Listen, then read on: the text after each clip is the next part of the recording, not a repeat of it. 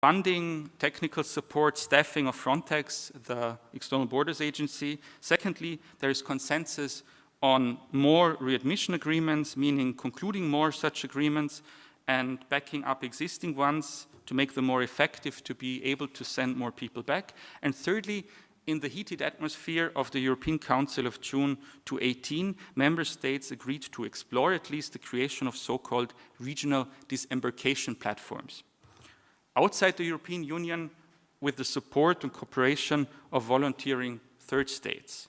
Refugees saved in the Mediterranean should be brought back from to these platforms instead of admitting them into Europe. It was, of course, a kind of very tempting idea from the perspective of many, and was obviously copied or borrowed from the EU-Turkey deal brokered in March 2016. And the idea was, can't we extend that deal with Turkey to the northern African states, in particular Libya. However, only a few months later, during the Austrian presidency, we had this Sound of Music style follow-up council in Salzburg. Then the project of these disembarkation platforms had already evaporated, mostly because simply no volunteering state could be found. Even, let's say, there was some money in the pot that would have gone to those states, but still it didn't work. In addition, even if some politicians are dreaming of making Libya a served third country in the foreseeable future, one should only remind them of the bombing of a migrant detention center in Tripolis just last week, which left at least 44 dead and more than 130 severely injured. Hence, at the moment, consensus is only possible for a strongly security-driven agenda, which seems to be guided rather by fear from the other than the, let's say, basic idea of solidarity with the other that would, let's say, be in the black letter law. In fact, currently, the solidarity challenge totally remains in limbo. By this, I refer to both dimensions of solidarity. First, in the internal perspective, the EU member states are not capable of reforming Dublin in a way that guarantees at least a minimum measure of internal redistribution or balancing, and this leads to a situation where, secondly, the European aspirations in regard to external global solidarity are increasingly undermined and failing. I come to my last point very briefly. What are the implications of these developments for the European identity discourse then? In the early 2000s, the European Union undertook a major self-realization exercise. It wanted to give itself a real constitution and thus become a state union, somewhat similar to the United States of America. After all, you know it, already in his historic speech of 1946, Winston Churchill had famously pondered on the vision of United States of Europe. Yet, the project of the treaty establishing a constitution for Europe, how it was called, was democratically defeated at the ballot boxes of the Netherlands and France. Still, the Lisbon Treaty, the treaty on whose basis the EU is operating now, sought to save as much as possible of the substance of the constitutional treaty, and this mainly included its Article 2, which is worth reading if you don't know it yet. It contains the formal official list of values of the European Union. So if you want the value code of the Union.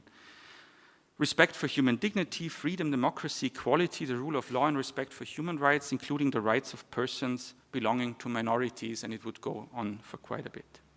When defining the main objective of its foreign policy, the treaty, the same treaty, Article 21, remarkably states, quote, "The Union's action on the international scene shall be guided by the principles which have inspired its own creation, development, and enlargement, and which it seeks to advance in the wider world," end of quote, followed by more or less the same list of values. Hence, the Union confesses to congruence of its internal and external values, which sounds fine, avoiding double standards, congruence of the internal and the external. And this makes sense, especially in view of the refugee question. It is often and rightly recalled that the 1951 Refugee Convention was first and foremost a product of the huge refugee flows caused by Nazi dictatorship and World War II. This is the very same intellectual and moral breeding ground from which the very project of European integration emerged. In general, The EU likes to present itself on the global plane as the epitome of cosmopolitanism, transnational citizenship, soft power, you name it. After all, many would say that's what the EU got the 2012 Peace Nobel Prize for. But if this is what represents European identity, and I think there is a strong claim because we have this Article 2 in the treaty saying at least on a formal level, that's what we are, that's what we want to be, then we are in real trouble when we confront these high-flying aspirations with the sobering realities of EU asylum policy, which is characterized by mistrust and fear of the other. And both with a the outside in the sense of outside, overseas, outside of Europe, and mistrust and fear of the other within the European Union. Self-referentialism and unilateralism are the motto of the day. Right now, EU states are even fighting what it means to save someone from distress at sea. Since ancient times, ships have been under an obligation to rescue people in distress. This customary duty has been formally enshrined in the Convention on the Law of the Sea. The 1979 Search and Rescue Convention requires that survivors are, quote, delivered to a place of safety as soon as reasonably practicable, end of quote. But during the last days, we were witnessing massive verbal rows between the German and Italian governments on how to implement these basic humanitarian duties and whether or not to let ships enter a harbor on this basis. The name of these ships have become the marks of the erosion of inner European solidarity.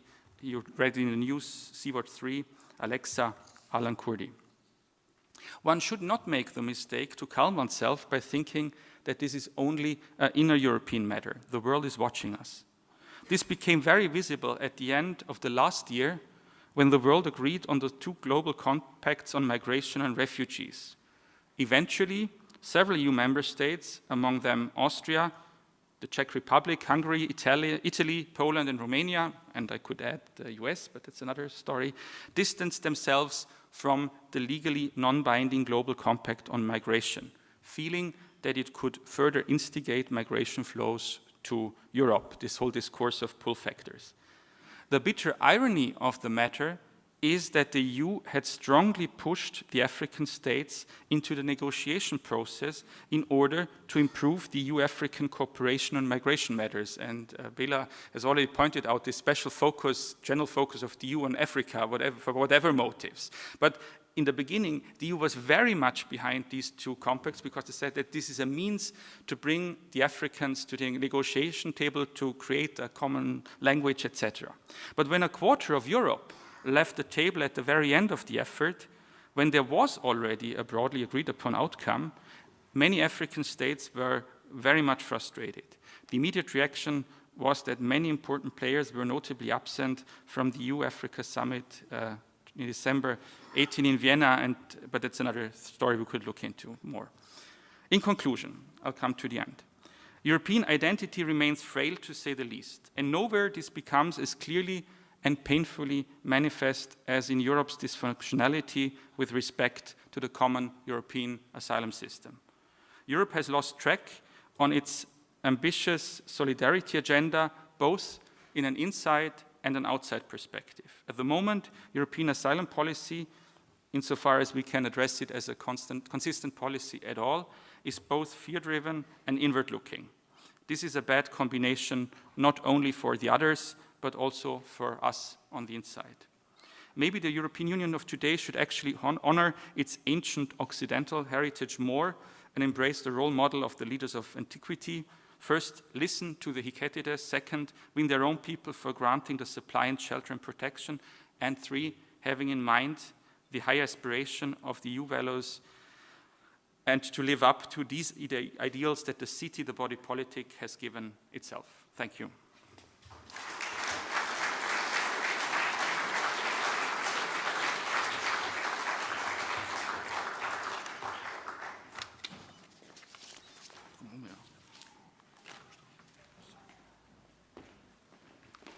Well, thank you, Andreas, for this very insightful presentation, not least showing that a law professor can also be a close reader of good literature. I think Girard would have liked that. We have now about quite 20 minutes to discuss about these interesting presentations. And I would say we begin by opening the floor. Wolfgang, please. Thank you very much to both of you. I will address Belachew's paper. Thank you for the data you gave us. And my impression was those data are very open for Girardian interpretation. When you showed that increasing richness, not poverty, is increasing migration, I was thinking migration is of course driven by mimetic desire. Mm-hmm. So all the academics, I am a key example, desire to go to the United States and to those universities, and you make your colleagues envy if you tell them, and so on. So you have to go out of poverty in order to reach the level where mimetic desire can step in. I think to think along that line would be a very interesting thing, just using the data you provided to us. The second thing about why Africa is so much into focus despite the data showing the opposite, I would also immediately go to Girard's criteria of texts of persecution, where he talks about the sign of the victim. So in every scapegoat situation, people who are immediately obviously visible as other are more easily scapegoated. So if you ask me why are Africans more easily scapegoated, you are black, the Africans are black, and if you go through the streets in Innsbruck, you will immediately realize a black person, and then you have your thoughts. And the second thing is the headscarf, of course, with the connection to the Muslims. Headscarves are visible. So those would be the two things. Thank you also, Andreas, to your talk. I can convince you Girard would have liked it very much. I participated in a seminar exactly on those plays with Girard 30 years ago. So thank you.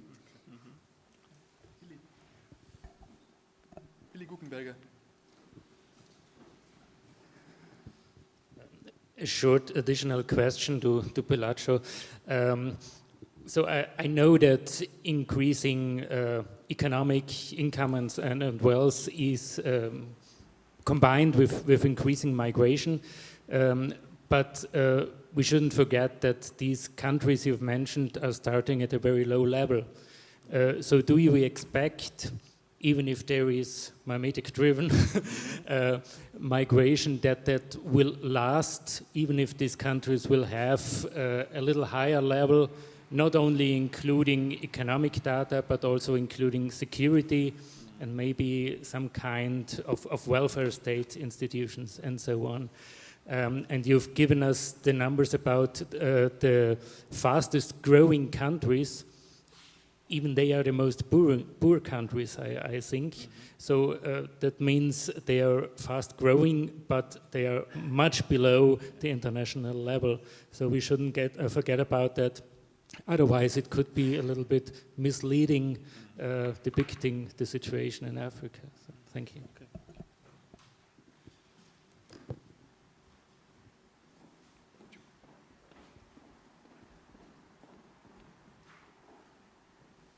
Would you like to address it?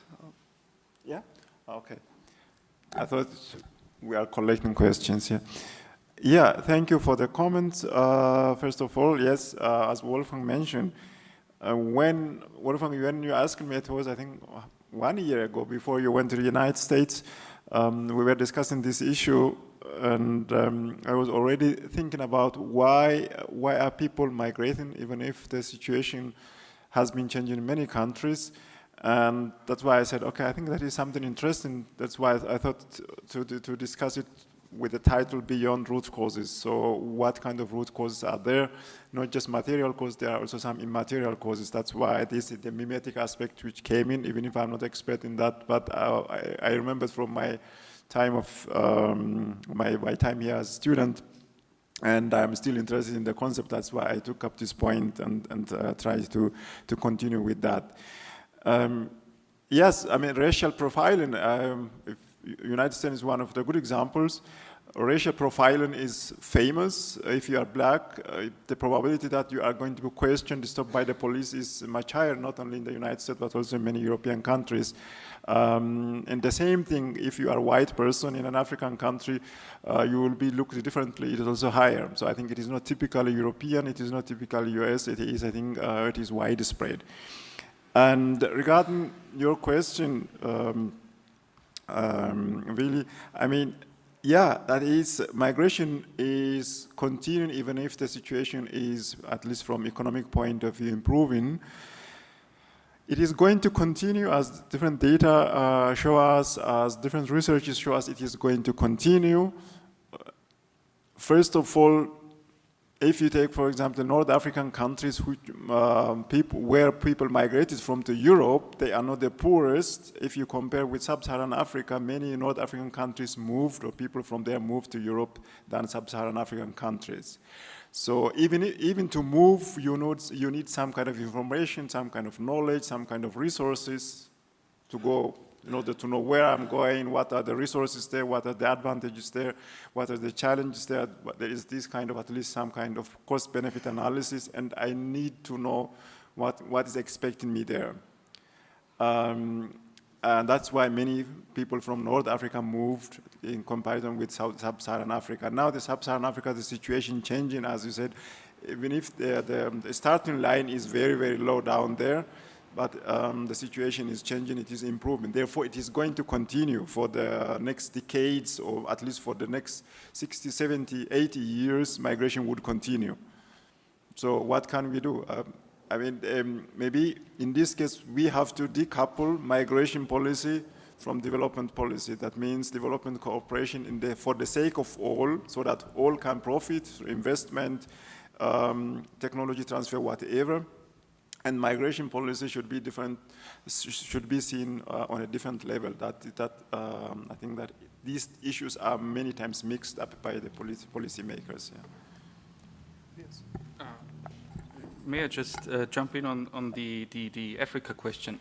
Well, I mean, African-European relations, of course, that's a very, very ambiguous relationship. I mean, we have already heard some aspects, but of course, most of African states are former colonies of the European states, and for the EU and the EU, let's say, external policy, it creates let's say, very multifaceted relationship. And just on the economic point, I don't know, some of you will have read that just a few days ago, African states have agreed on creating inner African free trade zone in a way to improve their economic potential, because right now more than 50% of African trade is with the EU.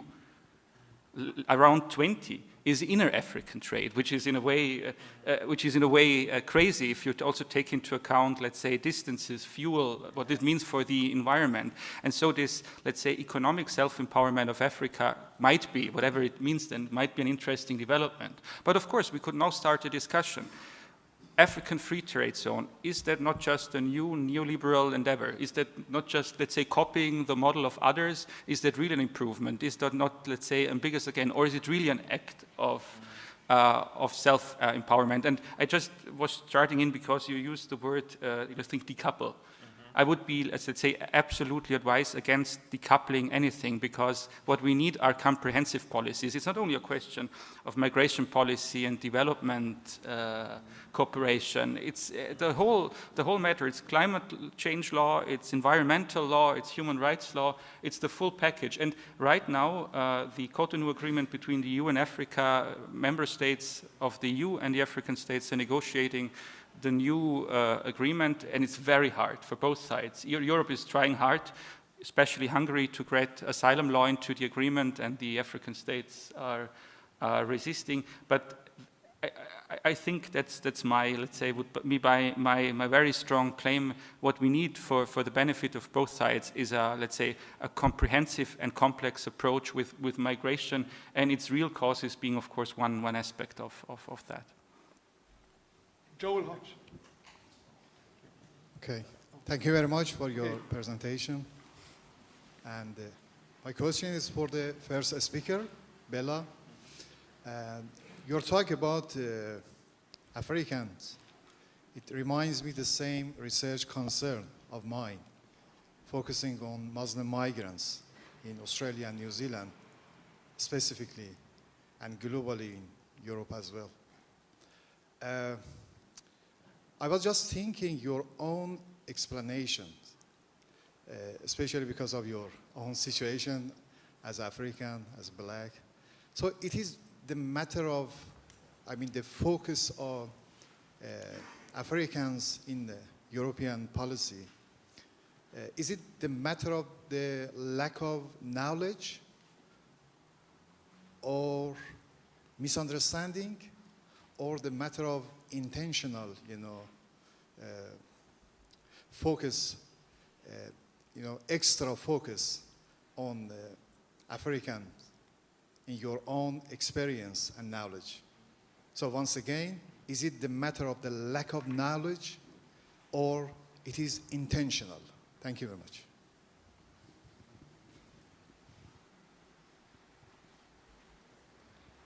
Please, you may respond. Yes. Okay, so it is, I think it is intentional. That is what I observe. I think there is enough knowledge, there is a possibility to know enough, there is enough data that shows, as I said before, people know that there is, the number of Africans coming to Europe is much lower than other regions, so that is quite clear. Why is that? If it is intentional, what is the reason behind? And now that is this kind of racial aspect comes in. Africans usually seen as less educated. If you compare, for example, people coming from Iraq to Europe, usually they are seen as much more educated than, I don't know, from countries like Sub-Saharan Africa. And politicians used to say many times, explicitly, openly, they used to say many times. The other thing is more explicit, less explicit, sorry, it is because of the cultural difference, because people look like different, because religion, I mean, there are also Christians as well as Muslims, but usually Africans are seen as these people could not be that Christian, maybe they are Muslims there. So this is, again, my interpretation, but you do not have, I don't have clear data which proves that that is the reason. Whereas the one of education is clearly mentioned many times on the policy level. And therefore, I would conclude that it is intentional, it is not misunderstanding on the one hand, but the will to know, the desire to know is not there. As I said, I told you the data, economic growth, stability in many countries. Of course, there are countries where problems are still there, but there are many countries economically improving, even if the starting point, as you mentioned before, even if the starting point is quite low, but it's still there is a progress. I mean, that is why China jumped in. Okay, Europeans see Africa as a hopeless continent, therefore we jump in it, and we can make trade with African countries, we can make deal with Africa, and we can invest there, they can consume our goods, and now China has kind of, let us say, conquered the continent, and now Europeans are waking up and saying, oh, maybe it was not a good idea to completely to ignore Africa. There could be probably a potential, and now it is too late. And now Russia is also jumping in. The United States, at the beginning, during Trump administration, said, no, Africa is not interesting for us. Now forget about it. And the Europeans actually had enough knowledge because of historical background, because of colonial time, because of the links, etc. But China is now waking them up, saying, oh, Africa has a potential. So there is knowledge, there is intentional. So this kind of, there is disregarding or even ignoring, I would say. Due to time issues, I would like to allow 2 more questions. That is Joel Hodge now, and then the gentleman over there. Joel, please. Thanks for your presentations. And very much interested and endorse what you've been talking about and what Wolfgang also said. But I wanted to pick up on another element that wasn't mentioned, which is about the means by which people arrive. This is a big problem in Australia, where I'm from. I think the Australian and European situation is analogous. There are definitely issues of racism, of anti-migration, etc., prejudice, etc., in Australia.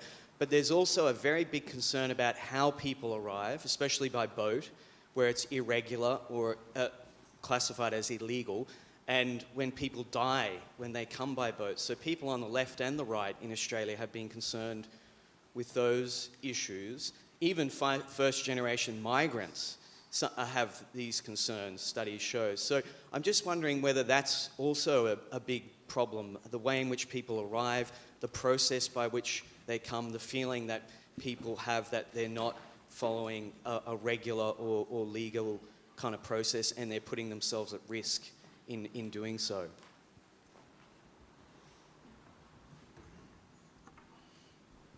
Shall we answer? Would anyone like to address that? Or Okay, yeah.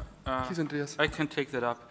Of course, maybe two things, because you are asking about the means of arrival. Of course, it creates a different challenge when someone approaches by land and by boat, and that's what we see in the Mediterranean, that it creates a lot of more, let's say, tension and urgency. People are on a limited place with limited amount of food and water, and I think you mentioned that in your introductory words, the situation of Captain Rakete 2 weeks ago, when she said, I can't wait, I have to go into the port, because otherwise the situation becomes unbearable. It's easier to manage that, let's say, in a land situation. And as you, well, I don't speak about the so-called Australian model, because it became famous, especially in this country, but that's another discourse. The other thing I want to say, let's say from a legal point of view, you were right to say people arrive, let's say, in an irregular way, but I think it's important to address that, because that's the standard situation in asylum law. You will almost never have a situation where a people seeking asylum comes in regularly, because even when the person asks for a visa before, in a way they would have to, in a way, lie to you. They come for another reason, and then we are there, they seek for asylum. And already in the Geneva Convention, and the states were aware of that, because already in the Geneva Convention it says, and European law has completely embraced that as a matter of law, that for an asylum application, it doesn't matter at all whether otherwise existing rules of migration law have been complied with. This is a self-standing legal protection system, and it's activated, it's triggered by someone saying, I ask for asylum at the border or wherever. And that in a way,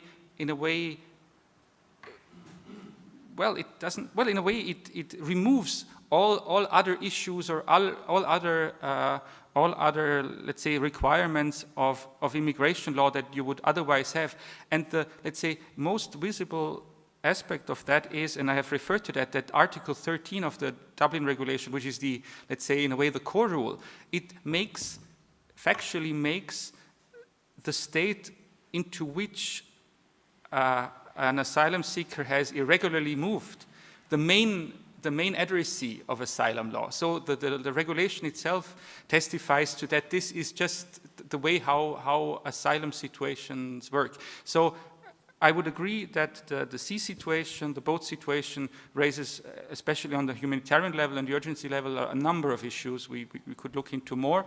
But let's say the irregular aspect of it, that you have both on the sea asylum side and on the land asylum side, and that's how asylum law works. So I think one shouldn't create an impression that there can be something like regular asylum as opposed to irregular asylum. It's just a question of someone standing at your border and saying, I am in need, and then everything depends on, and that's again another question, how you deal with reasons for asylum and how you balance them, and where you say yes and where you say no.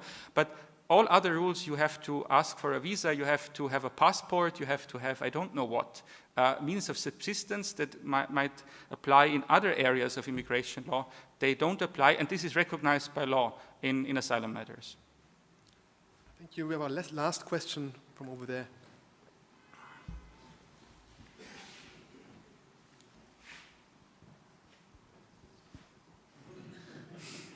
So I have two questions for the first engaging presentation. So the first one is if you can clarify some of the indicators of the socioeconomic and security trend or environment based on which you claim that those countries are improving, slightly improving their economic outlook.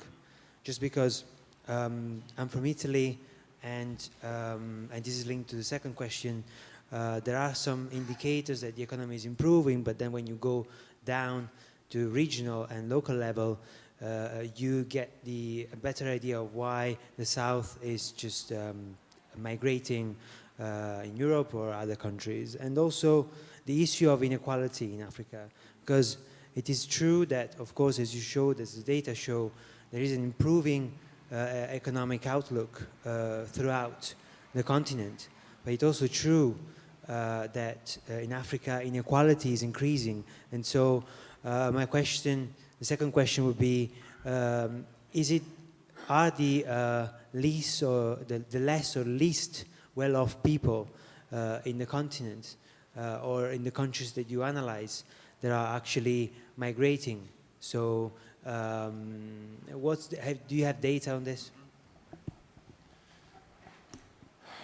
Okay, thank you. Regarding the indicators, my data is compiled from different sources, as I mentioned before, from African Development Bank, from UNCTAD, from the United Nations, from different research institutions, from Brookings institutions, etc.